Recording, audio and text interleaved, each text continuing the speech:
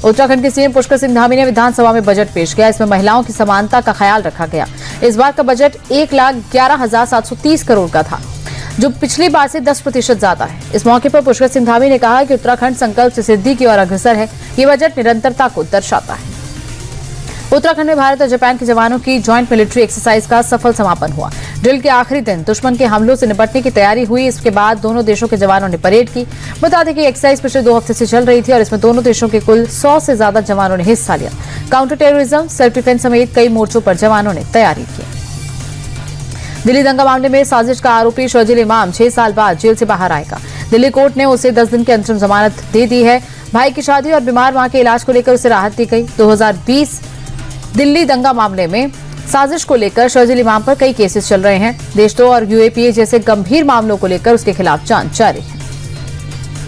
India TV के she conclave में दिल्ली की सीएम रेखा गुप्ता शामिल हुई। उन्होंने कहा कि आज महिलाओं ने हर फील्ड में बड़ा मुकाम हासिल किया। निर्णय क्षमता और साहस का कोई जेंडर नहीं होता। कामयाबी चाहिए तो अपनी किस्मत खुद लिखिए। सीएम रेखा गुप्ता ने कहा कि मेरा परिवार में राजनीति में आने के पक्ष में नहीं था, लेकिन ये रास्ता मैंने खुद चुना। मैंने कभी नहीं सोचा था कि सीएम बनूंगी। रेखा गुप्ता ने सुषमा स्वराज को अपना रोल मॉडल बताया और कहा कि हर महिला को सम्मान का जीवन चुनने का हक है। इंडिया टीवी के शी कॉन्क्लेव में बॉलीवुड एक्ट्रेस भूमि पेडनेकर ने अपने फिल्मी सफर के अनसुने किस्से शेयर किए। भूमि ने कहा कि उन्होंने शुरुआत में किसी को नहीं बताया था कि वो एक्ट्रेस बनना चाहती हैं। भूमि ने भावुक होते हुए कहा कि उनके पिता सुरक्षा की चिंता के चलते इस फैसले से नाराज थे, लेकिन उन्होंने हार नहीं मानी। दुर्भाग्य से जब वो अपनी पहली फिल्म में अभिनेत्री बनी तब उनके पिता इस दुनिया में नहीं थे। भूमि का कहना है कि आज के दौर में लड़कियों के लिए अपने सपनों पर टिके रहना बहुत जरूरी है। पाकिस्तान के होश उड़ाने वाली स्क्वाड्रन लीडर नेहा और आकांक्षा ने शी कॉन्क्लेव में अपनी जांबाजी की कहानी शेयर की। ऑपरेशन सिंदूर का जिक्र करते हुए आकांक्षा ने कहा कि देश के लिए मर मिटने का जज्बा ही सबसे ऊपर है। वहीं स्क्वाड्रन लीडर नेहा ने बताया कि एक फौजी की पत्नी और ऑफिसर होने के नाते घर और सरहद दोनों की जिम्मेदारी बखूबी निभाना बेहद जरूरी है। एयरफोर्स की फाइटर बेटियों का कहना है कि अब वक्त बदल गया है और सेना में महिलाओं का दबदबा बढ़ रहा है। इंडिया टीवी की शी कॉन्क्लेव में बिहार के अलीनगर विधानसभा सीट से बीजेपी विधायक और लोक गायिका मैथिली ठाकुर ने शिरकत की। उन्होंने कहा, मैंने सोचा नहीं था कि इतनी जल्दी नेता बन जाऊंगी। हर इंसान चाहता है कि आगे बढ़े, लेकिन भगवान की कृपा है कि उन्होंने मुझे इस काबिल बनाया कि मैं इस राह पर चल सकूं। मैथिली ठाकुर ने पीएम मोदी को अपना आदर्श बताया। उन्होंने कहा कि मैं ऐसे घर में पली बड़ी जहां प्राथमिकता के साथ मुझे संगीत में आगे बढ़ाया गया। इंडिया टीवी के शी कॉन्क्लेव में कैराना सांसद इकरा हसन ने अपनी सियासी यात्रा को एक्सीडेंटल बताया। इकरा हसन ने कहा कि राजनीति उनके लिए एक बड़ी जिम्मेदारी है। टिकट बंटवारे पर सवाल उठाते हुए सपा सांसद बोली कि सिर्फ 1-2 टिकट से बदलाव नहीं आएगा, राजनीतिक दलों में भी महिलाओं के लिए रिजर्वेशन जरूरी है।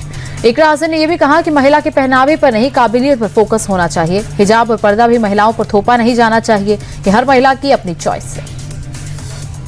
शी कॉन्क्लेव में समस्तीपुर की सांसद शांभवी चौधरी ने शिरकत की। शांभवी चौधरी ने अपनी राजनीतिक यात्रा पर खुलकर बात करते हुए कहा कि बचपन से ही उनका सपना सेवा करना और नेता बनना था। नेपोकिट के आरोपों पर पलटवार करते हुए शांभवी ने कहा कि महिलाओं को इस नाम पर ज्यादा टारगेट किया जाता है जो जनता का अपमान है। शांभवी ने दुख जताया कि टिकट बंटवारे में आज भी महिलाएं सेकंड चॉइस हैं और राजनीति को महिलाओं के लिए अभी और सुरक्षित बनाने की जरूरत है। इंडिया टीवी के शी कॉन्क्लेव में गौतम बुद्ध नगर की डीएम मेधा रूपम और commercial tax officer doctor Meenakshi Verma ने महिलाओं के संघर्ष पर खुलकर बात की। मेधा रूपम ने कहा कि यूपी की बेटियां अब हर गांव से आगे बढ़ रही हैं और मेल ईगो को खत्म करने के लिए महिलाओं का हर फील्ड में होना जरूरी है। तो वहीं डॉक्टर मीनाक्षी वर्मा ने उन्हें बताया कि उन्हें आज भी खुद को साबित करना पड़ता है, लेकिन चुनौतियां ही जीवन को बेहतर बनाती हैं। इंडिया टीवी के शी कॉन्क्लेव में कश्मीर की दिग्गज हस्तियों ने घाटी के बदलते हालातों पर अपनी बात रखी। वक्फ बोर्ड की चेयरपर्सन डॉक्टर दक्षा अंद्राबी ने कहा कि अब कश्मीर में बेटियों के लिए पढ़ाई और राजनीति की राह आसान हुई। तो वहीं क्रिकेटर जसिया अख्तर ने 2006 के उस खौफनाक मंजर को याद किया जब उन्हें बंदूकधारियों ने डराया था, लेकिन उन्होंने हार नहीं मानी। कम्युनिटी रिसर्चर अनिका नजीर ने भी माना कि बेटी बचाओ बेटी पढ़ाओ जैसे अभियानों से अब कम उम्र में शादी का रिवाज बदल रहा है। चंडीगढ़ यूनिवर्सिटी में गुरु तेग बहादुर जी के कार्यक्रम को लेकर भारी बवाल हो गया। प्रोग्राम में आरएसएस नेता बनवीर राणा को चीफ गेस्ट बनाने पर छात्रों ने जमकर हंगामा किया। एबीवीपी की तरफ से सेमिनार में आरएसएस नेता को इनवाइट किया गया। इस पर स्टूडेंट्स यूनियन ने कड़ा ऐतराज जताया। हंगामा करने वालों से पुलिस की झड़प हुई। इसके बाद 25 से 30 छात्रों को डिटेन किया गया। कन्याकुमारी में एक साथ सैकड़ों कछुओं को समुद्र में छोड़ा गया। तस्वीरों में देखिए कि कैसे बेबी टर्टल्स को एक साथ समंदर में छोड़ा गया। समंदर की रेत पर उतरते ही कछुओं की चहलकदमी भी तेज हो गई। वो तुरंत समुद्र की तरफ बढ़े। बता दें कि ये सभी कछुए हाल ही में अंडे से बाहर आए हैं। कुछ दिन की निगरानी के बाद इन्हें समंदर में छोड़ा गया। मिडिल ईस्ट युद्ध के चलते शेयर बाजार लाल निशान पर बंद हुआ। सेंसेक्स 1353 अंकों की गिरावट के बाद 77,566 पर बंद हुआ। निफ्टी में भी 422 अंकों की गिरावट रही। इसके बाद निफ्टी 24,028 पर बंद हुआ। बैंक, ऑटो, मेटल, एनर्जी और एफएमसीजी शेयर्स में ज्यादा बिकवाली रही। इजरायल, अमेरिका और ईरान युद्ध के चलते महंगाई बढ़ने का डर है। सोने के दाम में गिरावट दर्ज की गई। 24 कैरेट सोने के दाम में 786 रुपए की गिरावट रही। इसके बाद 10 ग्राम सोने का दाम 1,60,836 रुपए हो गया।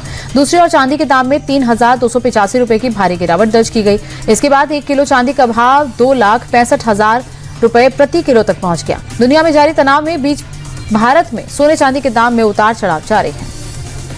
अमेरिकी डॉलर के मुकाबले भारतीय रुपया 9 पैसे गिरकर बंद हुआ। इसके बाद एक अमेरिकी डॉलर की कीमत 92 रुपए 33 पैसे हो गई। ग्लोबल मार्केट में कच्चे तेल के दाम तेजी से बढ़े हैं। इसके चलते डॉलर मजबूत हुआ और रुपए में गिरावट रही। रुपए में गिरावट के चलते विदेशी सामान महंगे होंगे तो वहीं मिडिल ईस्ट में युद्ध अगर जारी रहा तो रुपया और गिर सकता है।